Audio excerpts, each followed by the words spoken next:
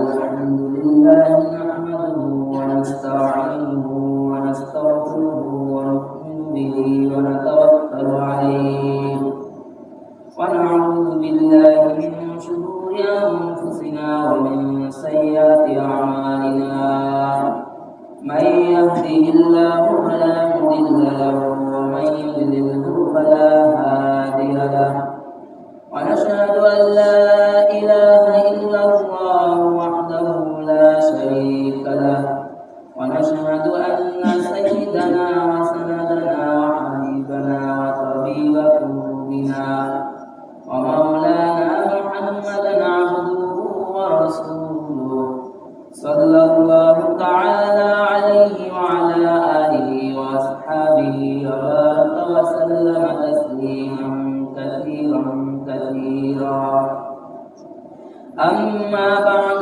فأعوذ بالله من الشيطان الرجيم بسم الله الرحمن الرحيم ولقد أوحي إليك وإلى الذين من قبلك لئن أشركت ليحبطن عملك ولا تكونن من الخاسرين فقال رسول الله صلى الله عليه وسلم لا تشرك بالله شيئا وإن قتلت وحرقت أو كما قال عليه الصلاة والسلام إن الله ملائكته يصلون على النبي يا أيها الذين آمنوا صلوا عليه وسلموا تسليما اللهم صل على محمد وعلى آل محمد كما صليت على إبراهيم وعلى آل إبراهيم إنك حميد مجيد اللهم بارك على محمد وعلى آل محمد كما باركت على إبراهيم وعلى آل إبراهيم إنك حميد مجيد الحمد لله মহান আল্লাহ পাক রব্বুল আলামিনের দরবারে লাখো কোটি শুকরিয়া যে আল্লাহ পাক রব্বুল আলামিন প্রতি সপ্তাহের মতো এই সপ্তাহেও আল্লাহ ঘর মসজিদে জুমার নামাজের উদ্দেশ্যে আসার এবং বসার তৌফিক দান করেছে সেই বিশ্ব মালিক বিশ্ব প্রতিপালকের দরবারে শুকরিয়া দান করি বলি আলহামদুলিল্লাহ। আসলে আল্লাহ যদি আমাদেরকে দয়া না করতো তাইলে আমরা আসতে পারতাম, কারণ মানুষ তো অগণিত আছে, আসলে মসজিদে জায়গা দেওয়া সম্ভব নয়, কিন্তু সবাই নসিবে নাই, এই জন্য আল্লাহ কবুল করে নাই তাই আসতে পারে নাই। আল্লাহ যাদেরকে কবুল করছে তারাই আসতে পারছে, এটা আল্লাহ কবুল করা লাগে। তো আমি আপনাদের সামনে আয়াত তেলাওয়াত করেছি, এই আয়াতে থেকেই এবং হাদিস থেকেই আল্লাহ তৌফিক দিলে থেকেই সংক্ষিপ্ত আকারে কিছু আলোচনা করব। আমরা গেল সপ্তাহে আলোচনা শুনছি আল্লাহ এক, আল্লাহর পরিচয় কিভাবে পাওয়া যায়, তো তারই ধারাবাহিকতায় অন্য আর একটা আলোচনা। আল্লাহ এক, এটা আমরা সবাই জানি, কিন্তু বিভিন্ন বিভিন্ন ক্ষেত্রে আমাদের কথাবার্তায় আমরা আল্লাহকে দুইজন বানায় ফেলাই, আমরা অগণিত খোদা বানাই ফেলাই, যেটাকে বলা হয় শিরিক। আল্লাহর সাথে শিরিক করা, যদি আল্লাহর সাথে কেউকে আরো একজনকে খোদা মনে করা হয় যে আরো একজন আল্লাহ আছে, তাই সেটাই কি শিরিক। আল্লাহ এক, সেটা আমরা গেছে সপ্তাহে শুনছি। এবার আল্লাহর সাথে শরীক করা, আল্লাহর কিছু গুণ আছে, এই গুণগুলো একমাত্র আল্লাহরই। এই গুণের সাথে নবী মুহাম্মদুর রাসূলুল্লাহ সাল্লাল্লাহু আলাইহি সাল্লামকেও শরীক করা যাবে না। এই আল্লাহর যে গুণ, নিজের কিছু গুণ থাকে, আপনার ব্যক্তিত্ব কিছু গুণ থাকে, সেই গুণগুলা যেমন অন্যর কাছে বলা হয়, মানে কেউ যদি বলে এটা আমার, আপনার সামনে আপনার কিছু জিনিস থাকে, যদি বলে এই জিনিসটা আমার, তাহলে আপনি যেভাবে তার উপরে হবেন, ক্ষমা করতে পারবেন না। তো শিরিকের গুনাহ এমন বড় গুনাহ এত বড় অপরাধ, কোরআনের ভাষায় বলে জুলমুন আযীম, এটা একটা মহা অপরাধ। যে ব্যক্তি শিরিক করলো তার কোনো ক্ষমা নাই। এটা বড় গুনাহ, মারাত্মক গুনাহ। তো শিরিক হলো 3 প্রকার। একটা হলো ইশরাক ফি যাতিল্লাহ, আল্লাহর সত্তার সাথে শিরিক। ইশরাক ফি ইলমিল্লাহ, আল্লাহর ইলমের সাথে শিরিক। ইশরাক ফি কুদরাতিল্লাহ, আল্লাহর কুদরত বা শক্তিমত্তার সাথে শিরিক। তো শিরিকের বিষয় আল্লাহ কোরআনে বলে, ওয়ালাকাদ উহিয়া ইলাইকা ওয়া ইলাল্লাযীনা মিন ক্বাবলিক লাইন আশরাকতা লায়াহবাতান্না আমালুকা ওয়া লাতাকুনান্না মিনাল খাসিরিন। আল্লাহ এই আয়াতে আল্লাহর রাসূলকে বলতেছে, আমাদেরকে নয়, তার রাসূলকে বলতেছে, হে রাসূল, আপনার প্রতি এবং আপনার পূর্ববর্তী যত নবী আছে সকলের প্রতি আমি এই ওহী নাযিল করেছি যে শিরিক করবেন না, আপনারা শিরিক করবেন না। যদি শিরিক করেন, আল্লাহর রাসূলকে আল্লাহ বলতেছে আয়াত নাযিল করে, যদি শিরিক করেন তাহলে অবশ্যই আপনার সকল আমল পঙ্গু হয়ে যাবে। যদি আপনি শিরিক করেন সকল আমল পঙ্গু হয়ে যাবে, অর্থাৎ সকল আমল বাদ হয়ে যাবে। আর আপনি যদি শিরিক করেন আপনার সকল আমল পঙ্গু হয়ে যাবে এবং আপনি অবশ্যই ক্ষতিগ্রস্তদের অন্তর্ভুক্ত হবেন। তো ক্ষতিগ্রস্তদের অন্তর্ভুক্ত হবে এবং আল্লাহ রাসূলকে আল্লাহ এই আয়াতে জানাই দিয়েছেন যে আপনি এবং আপনার পূর্ববর্তী যত নবী আছে সকল নবীদের প্রতি আমি এই ওহী নাযিল করেছি যে আপনারা শিরিক করবেন না। শিরিক করলে সকল আমল পঙ্গু হয়ে যাবে। শিরিক করলে নামাজ কাজে আসবে না, শিরিক করলে রোজা কাজে আসবে না, শিরিক করলে আপনি যত সৎবান ব্যক্তি হন কোনো কাজে আসবে না, জাহান্নাম নির্ধারিত। তো শিরিকটা, এবার কিছু শিরিক আছে প্রকাশ্যে শিরিক হয়, তাদের থেকে বেঁচে থাকা আমাদের জন্য সহজ। শিরিকের সূচনা কবে? শিরিকের সূচনা হয়েছে কবে?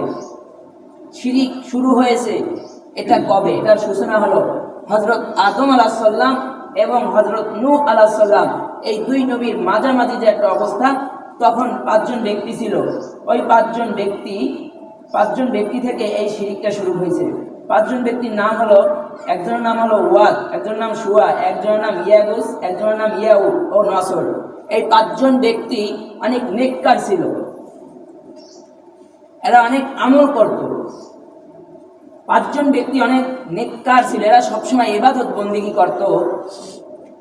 শয়তান এসে 5 জনকে বলতেছে যে তোমরা যে ইবাদত করো, যদি তোমাদের পূর্ববর্তী যারা ইবাদত করে গেছে, কারণ আমরা ইবাদত করি, একটা ধারাবাহিকতা আছে না আমাদের, যেমন নবী আমাদেরকে যেটা শিখাই গেছে, নবীদের কাছ থেকে সাহাবায়ে কেরাম শিখছে, সাহাবায়ে কেরাম থেকে ইনি শিখছে, ইনার থেকে এরকম করতে করতে করতে আমাদের বন্ধু আসছে না। তো ওই 5 জনকে শয়তান এসে বলতেছে যে তোমরা যে ইবাদত করতেছো,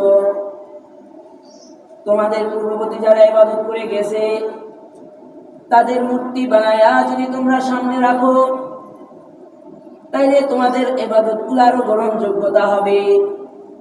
তারা শয়তানের ধোঁকা বুঝতে পারে নাই, তারা মূর্তি বানায়া তাদের সামনে রাখছে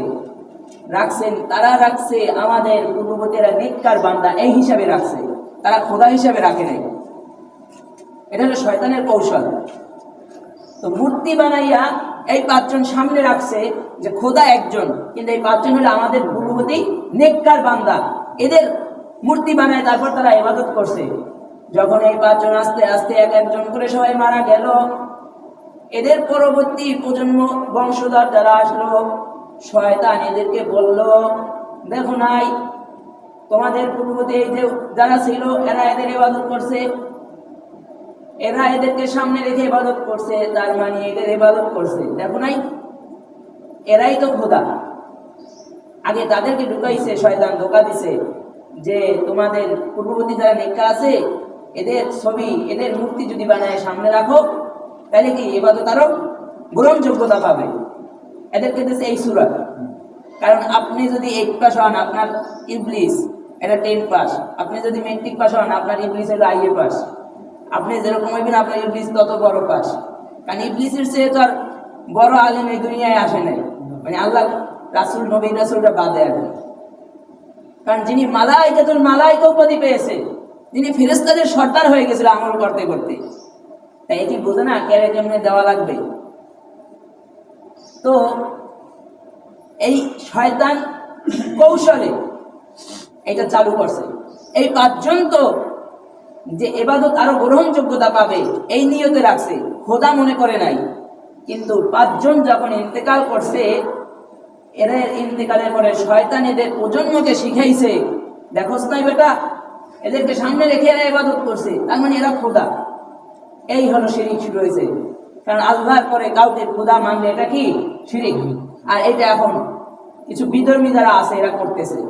তো আমরা জানি এরা শিরিক করে, এদের থেকে বেঁচে থাকা আমাদের কি সহজ। কারণ আমরা তো হিন্দুর সাথে যাই পূজা করি না, করি? হ্যাঁ, কিছু আছে করে। কারণ এরা পূজা আসলে বলে ধর্ম যার যার উৎসব সবার, ধর্ম যার যার উৎসব সবার স্লোগান দিয়ে মুসলমান হয়ে এই স্লোগান দিয়ে হিন্দুর পূজায় গেছে, খ্রিস্টানের উৎসবে উৎসব করছে।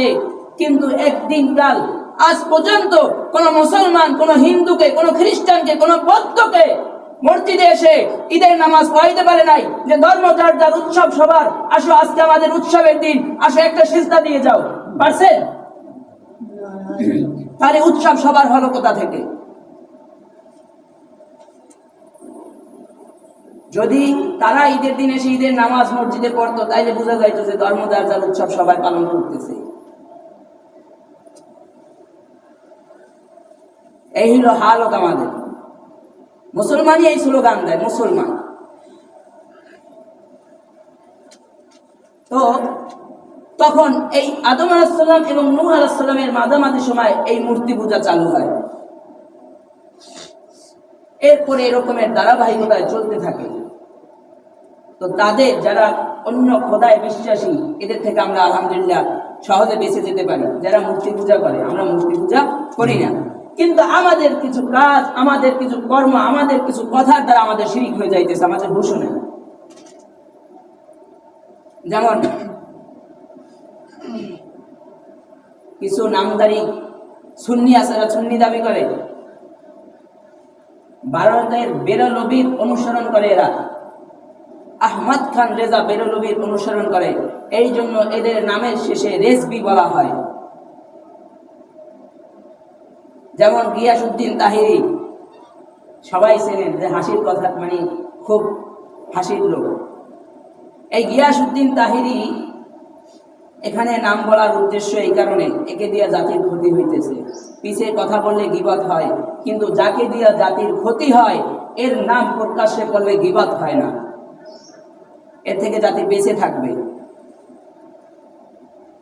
যদি তার থেকে ক্ষতি না হইতো তাহলে তার নাম বললে গীবত হইতো, কিন্তু তার কিছু দোষ নাম ছাড়া বলা যাইত। কিন্তু এখানে স্পষ্ট শিরিক করছে। যেমন তিনি বলছে আল্লাহর দন রাসূলরে দিয়া, আল্লাহ গেছে গায়েব হইয়া, আর রাসূলের দন খাজারে দিয়া, রাসূল গেছে গায়েব হইয়া, কেউ ফিরে না খালি হাতে খাজার দরবারে গেলে। নাউজুবিল্লাহ। অর্থাৎ আল্লাহ রাসূলকে ক্ষমতা দিয়ে আল্লাহ গায়েব হয়ে গেছে, শেষ, আল্লাহ নাই, এখন আর আল্লাহর কোনো ই নেই, অর্থ এইটা। তারপরে রাসূল আল্লাহর কাছ থেকে যা আনছে এটা রাসূল আইনা এইটা আবার খাজার কাছে দিয়া রাসূল চলে গেছে, গায়েব হয়ে গেছে। এরপরে এই খাজার কাছে কেউ যদি যাইয়া বলে টাকা লাগবে, সে টাকাও পায়। কেউ যদি যাইয়া বলে আমার বাচ্চা দরকার হয়, তাহলে সে বাচ্চাও পাবে। কারণ এখন তো কিছুটা কমছে, তারপরেও যেমন মাজারে গিয়া সন্তান চায়, মান্নত করে, এইটা সবচেয়ে বেশি। মাজারে যাই এইটা চাই, উঁচ চাই। আরে আমি আব্দুল কাদের জিলানীর কবর হলে কি হবে, বাইজিদ বোস্তামির কবর হলে কি হবে, খাজা মঈনুদ্দিন চিশতির কবর হলে কি হবে? এদের আমল সব বন্ধ হয়ে গেছে। কবর নেওয়ার জায়গা না, কবর দেওয়ার জায়গা।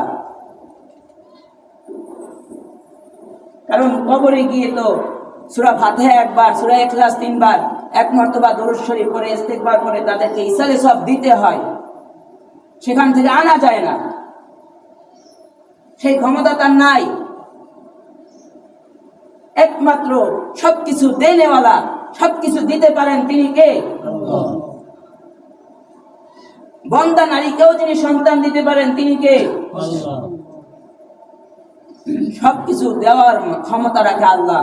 কিন্তু এই যে বলছে সব খালি হাতে কেউ ফিরে না। খাজার দরবারে যারা যায় এরা খালি হাতে ফিরে না। তার মানে সবকিছু খাজার কাছ থেকে পায়, তাহলে আল্লাহর কি প্রয়োজন? তো এই কিছু শিরিক আছে, এরা তো আমাদের মাঝে টুপি পরে, পাঞ্জাবি পরে, হুজুর, কিন্তু এদের থেকে বাঁচা খুবই কঠিন। এরা এমন ভাবে কথা বলে বাঁচা মুশকিল হয়ে যায়। এই সমস্ত শিরিক করলেও, শিরিক করছে তো ইবাদত সব বাদ হয়ে যাবে। শিরিকের গুনাহ আল্লাহ ক্ষমা করবেন না, কারণ আল্লাহর সাথে শরীক করলে সেই গুনাহ আল্লাহ মাফ করবেন না। শিরিক যিনি করবে এর জন্য জাহান্নাম নির্ধারিত, যেখানে নবীকেই বলে দিয়েছে। অন্যত্র আয়াতে আল্লাহ বলেন, ইন্নাল্লাহা লা ইয়াগফিরু আন ইউশরাকা বিহি ওয়া ইয়াগফিরু মা দুনা যালিকা লিমান ইয়াশা ওয়া মান ইউশরিক বিল্লাহি ফাকাদ দাল্লা দালালাম বাঈদা। নিশ্চয়ই আল্লাহ তার সাথে শরীক করাকে ক্ষমা করেন না, এছাড়া সবকিছু যাকে ইচ্ছা ক্ষমা করেন, এবং যাকে ইচ্ছা আল্লাহর সাথে শরীক করলে, এবং কেউ যদি আল্লাহর সাথে শরীক করে সে ভীষণভাবে পথভ্রষ্ট হয়। কেউ যদি আল্লাহর সাথে কাউকে সংঘর্ষিত মানে শরীক করে ফেলে, তাহলে তার রাস্তা পথভ্রষ্ট, সে পথভ্রষ্ট আর লাইনে আসতে পারবে না। আল্লাহর রাসূল বলে, লা তুশরিক বিল্লাহি শাইআ ওয়া ইন কুতিলতা হুররিকতা। যদি তোমাকে হত্যা করা হয়, যদি তোমাকে জ্বালিয়ে দেওয়া হয়, তারপর আল্লাহর সাথে তুমি কাউকে শরীক করো না। এটা আল্লাহর রাসূলের কথা, যে যদি তোমাকে হত্যা করা হয়, যদি তোমাকে আগুনে জ্বালিয়ে দেওয়া হয়, তারপরও কি করো না? আল্লাহর সাথে শরীক করো না।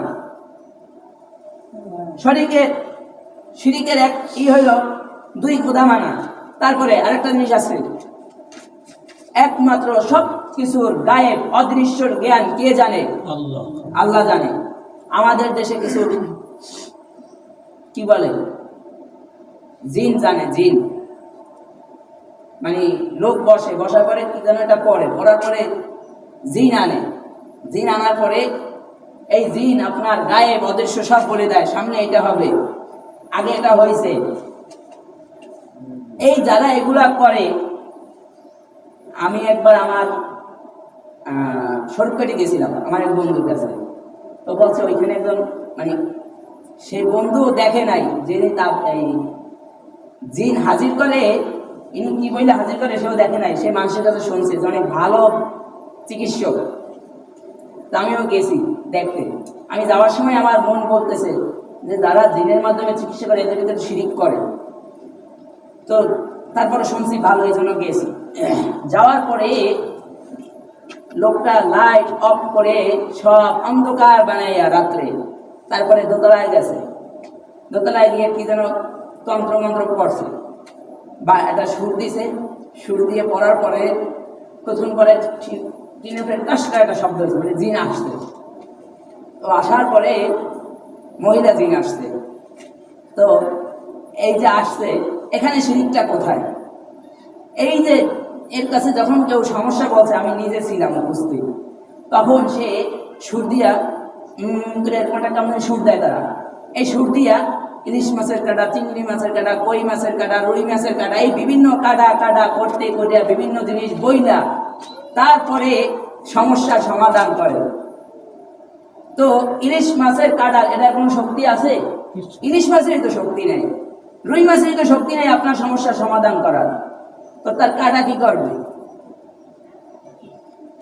এই বিভিন্ন কিছু বইলা তারপরে বলে হ্যাঁ এই সমস্যা, এটা এই হবে। এই যে তার গোপন কথাগুলো জানছে। জিনকে এমন শক্তি দেওয়া হয়েছে শয়তানকে, ওরা আপনার শরীরের সূক্ষ্ম যদি কোনো রোগও থাকে সেই রোগে ওরা প্রবেশ করতে পারবে। এবং প্রত্যেক মানুষের সাথে একটা শয়তান লাগানো থাকে। ওই যে করছে না, তখন আর কি ওই শয়তান যাইয়া ওই শয়তান থেকে সবকিছু শুনছে আগে কি ঘটছে। এরপরে আসছে বলতেছে যে এই হয়েছে, এই হয়েছিল না তোমার, এই বলে দিল কিভাবে? আজও অনেক বড় চিকিৎসক। আর যারা এই জিনের মাধ্যমে চিকিৎসা করে, এরা আপনার সামনে না হোক, এরা পিছে শিরিক করে। আপনি দেখতেছেন আপনাকে ভালো চিকিৎসা দিতেছে, এদেরই থাকে কালো মুরগির রক্ত দরকার হয়, পাড়া ছাগলের রক্ত দরকার হয়। শুনছেন কিনা আমি জানি না, এরকম বলে যে পাড়া ছাগল বলি দিতে হবে। মুসলমান বলি দিবে কেন? মুসলমান বলি দিবে কেন? মুসলমান বিপদে পড়লে প্রয়োজনে ছাগল জবাই করে খাওয়াবে, কিন্তু বলি দিতে যাবে কেন? বলি দিয়া সেখান থেকে চলে আসতে হবে। কালো মুরগির রক্তের প্রয়োজন হয়, এটা খাইতে, এই রক্ত খাইতে, এই রক্ত জিনিরে খাওয়াইয়া সে তার চিকিৎসা ঠিক রাখে, সে তার গদি ঠিক রাখে।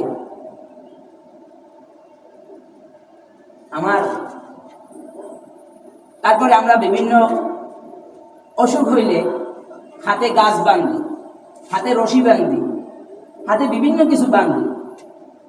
আমার আহলিয়ার একবার দাঁত ব্যথা উঠছে, আমার শাশুড়ি বলতে, সেও, আমি এগুলাই করি না, সেও এগুলো সেও এগুলাই করে না। তো আমার শাশুড়ি বলতেছে গাছটা বাঁধতে দিই হাতে। আমি কি সমস্যা? দাঁতে ব্যথা। আমি তো দাঁতের সাথে বাঁধেন,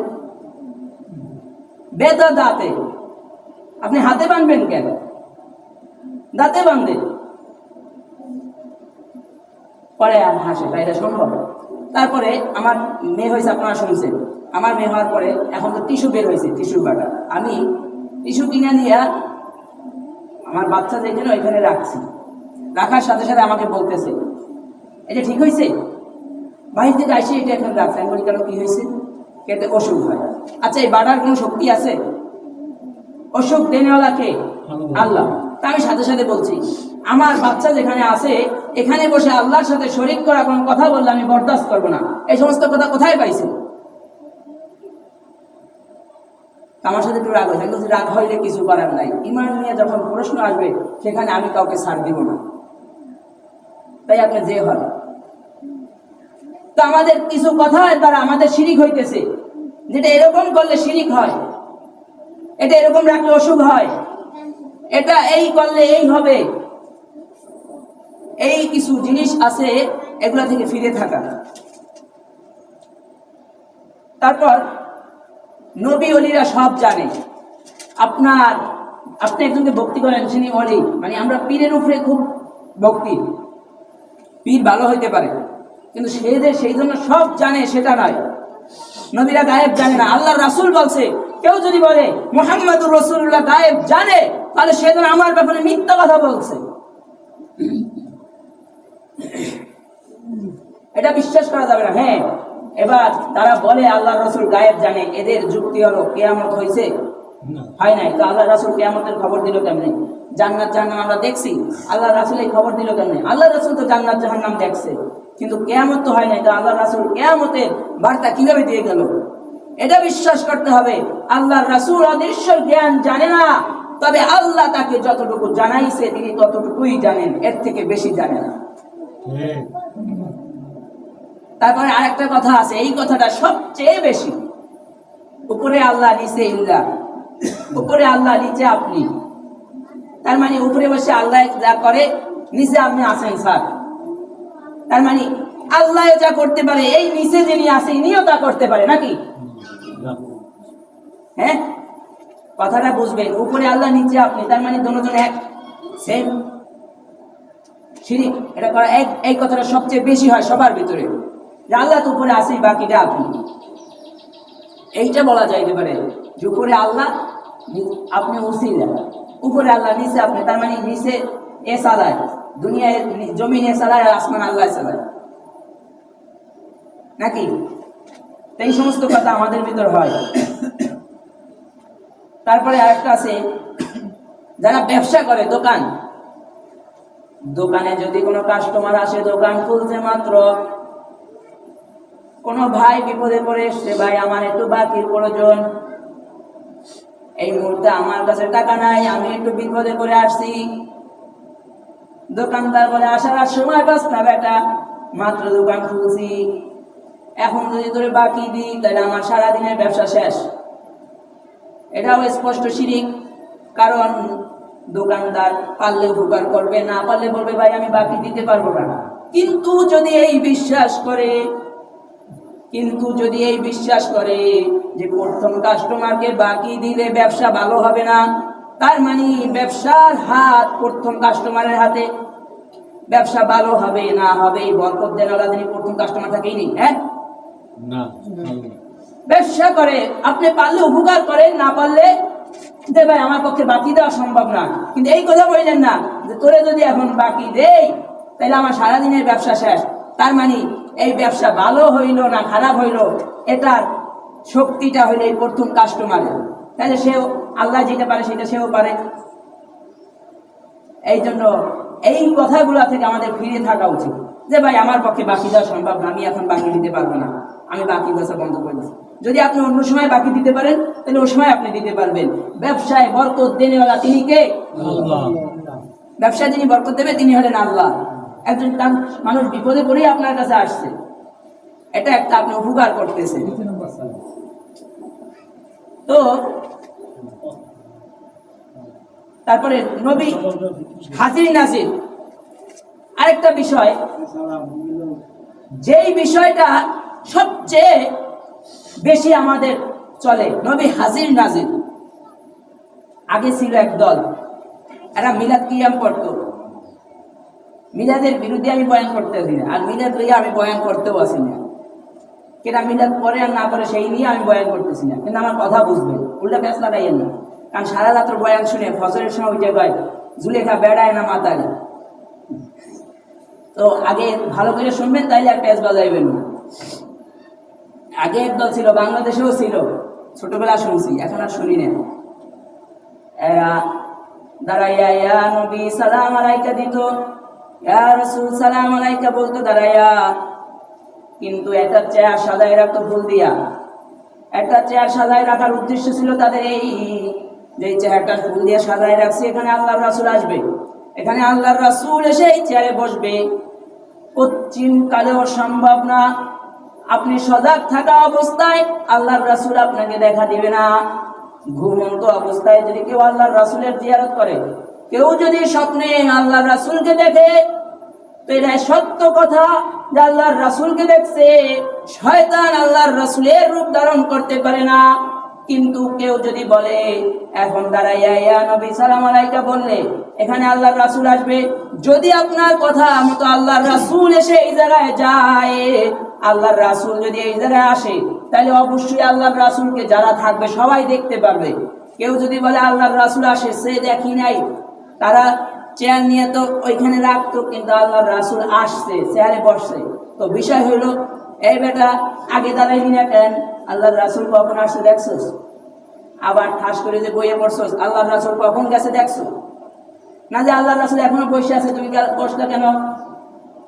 না জানি আল্লাহর রাসূল চেয়ারে বইছে না চেয়ারের সামনে দাঁড়াইছিল, তুমি বইলা কোন হিসাবে? আল্লাহর রাসূল আসছে, আপনি যে আয়োজন করছেন আয়োজনে আল্লাহর রাসূল আসছে। এবার আল্লাহর রাসূল কখন আসছে? আল্লাহর রাসূল যেখানে আসছে আপনি দাঁড়াইছেন, ঠিক আছে, কখন আসছে? আপনি এখন দাঁড়াইলেন কেন? আল্লাহর রাসূল তো আগেও আসতে পারতো। আবার আপনি যে দাম করে বসে পড়ছেন, তিনবার কিয়াম কইরা যে বসে পড়ছেন, কিন্তু আল্লাহর রাসূল কখন গেছে? এইগুলো যারা করে এটি দেখবেন ঠিক মতো নামাজও পড়ে না। ফরজ নামাজের যার খবর নাই, দাড়ির মতো অধিক যার ভিতরে খবর নাই, সুন্নতের পাবন্দি যার ভিতরে খবর নাই, এ জজ্জিম কালো আল্লাহর রাসূলকে দেখা এর পক্ষে সম্ভব নয়। এখন তো মুদ্দে পানি লইতে পারে না, এও আল্লাহর রাসূলকে দেখে।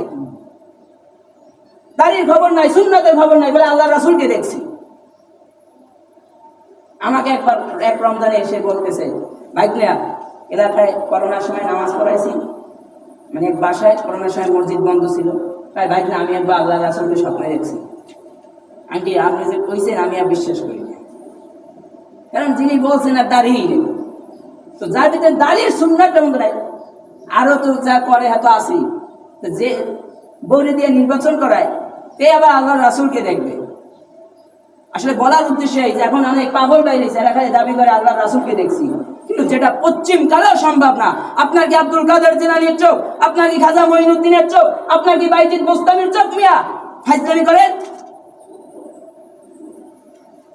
আল্লাহর রাসূল যদি উপস্থিত হয়, এই গুণটা, এই যে যেই গুণটা দেওয়া হয়েছে এই গুণটা হইল আল্লাহ। আল্লাহ হাজির থাকে কিন্তু দেখা যায় না, আল্লাহকে মানা যায় কিন্তু দেখা যায় না। তো সেখানে যদি আপনি বিশ্বাস করেন আল্লাহর রাসূল থাকে কিন্তু আল্লাহর রাসূলকে দেখা যায় না, তাহলে স্পষ্ট শিরক। কারণ এই গুণটা একমাত্র আল্লাহর, এটা আল্লাহর রাসূল মুহাম্মদুর রাসূলুল্লাহর এই গুণ না। আল্লাহকে মানা যায় কিন্তু দেখা যায় না, কিন্তু এই গুণটা আমরা আল্লাহ রাসূলকে দিয়ে দিই, মানে আল্লাহ রাসূলকে বড় বানাইছি। এক প্রকার তো আল্লাহ রাসূলের সাথেই বেয়াদবি হয়ে গেছে। এটা মোটামুটি কমছে, একটু কমছে, কিন্তু এই কিছু বিশ্বাস ছিল যে আল্লাহর রাসূল আসবে বসবে। তো এখানে তো এই বিষয় যে আল্লাহ রাসূল আসছে, তার মানে আল্লাহ রাসূলকে কেউ দেখে নাই, তার মানে আল্লাহ রাসূলকে মানা যায় দেখা যায় না, কিন্তু এই গুণটা একমাত্র আল্লাহ। আর এই যে আসছে, কখন আসছে কখন গেল, তারা দাঁড়াইলো কোন সময়? তারা তো প্রথমেই দাঁড়ায় নাই। তারা যে আয়োজন শুরু করছে, প্রথম একটা সূরা করছে, তারপরে তাওয়াল্লুদ করছে, তারপরে দাঁড়াইছে, আবার 3টা কিয়াম করছে, 5টা কিয়াম করছে, বসে গেছে। তাহলে এই আল্লাহ রাসূল কখন আসছে আর কখন গেল, তুমি বসলা কোন হিসাবে? আল্লাহ রাসূল এখন থাকতে পারে, বসলা কেন? দুরূদ শরীফ তো দাঁড়াইয়াও পড়া যায়, বসেও পড়া যায়, ঘুমাইয়াও পড়া যায়, কোনো নিষেধ নেই। যত দুরূদ শরীফ পড়বে অত নবীর প্রতি প্রেম বাড়বে। তো এই যে নবীকে হাজির নাজির মানা, এটাও একটা শিরিক। এই জন্য সর্বপ্রকার শিরিকি কথা থেকে, যে কথার সাথে আল্লাহর সাথে শরীক হয়, এমন কথা থেকে আল্লাহ আমাদেরকে বাঁচার তৌফিক দান। এক বাদশার আমলে বাদশা রাস্তায় লোক দাঁড়া করাই রাখছে, যে আসবে তারে এই মূর্তির নামে একটা কিছু দান করতে বলবে। তো এক লোক আসছে, বলে ভাই দান করেন মূর্তির নামে। কয় না, ইমানদার, নামাজ রোজা করে, বলে না আমি দান করতে পারবো না মূর্তির নামে। বলে মূর্তির নামে যেহেতু দান করতে পারবেন না, তাহলে মূর্তির নামে মূর্তির নাকের উপরে বসায়া একটা মাছি মারেন। তাই মূর্তির নাকের উপরে বসায়া একটা মাছি মারছে, একটা মাছি মারলেও কি আল্লাহ ধরবে? তো সেই ঘটনাক্রমে মূর্তির নামে মূর্তির নাকের উপর বসায়া একটা মাছি মেরে চলে গেছে। আর কিছুক্ষণ পরে আর একজন নামাজি ইমানদার ব্যক্তি আসছে, তারে বলে মূর্তির নামে কিছু দান করেন। তিনি বলেন না, দান করলে একমাত্র আল্লাহর নামে করব, মূর্তির নামে দান করা আমার পক্ষে সম্ভব নয়। জান দিতে পারি কিন্তু ইমান দিব না। এবার বলতেছে দান যেহেতু করবেন না, একটা মাছি মারেন, মূর্তির নামে একটা মাছি মারেন। বলে জিন্দেগিতে আমি শিরিক করি নাই, আর আজ এই মুহূর্তেও একটা মাছি মেরে আমি শিরিকের গুনাহ করতে পারবো না, কারণ এই শিরিকের গুনাহ আমি কাঁদতে নিতে পারবো না। প্রয়োজনে জীবন দিয়া দিব, কিন্তু এই মাছি আমি মারবো না।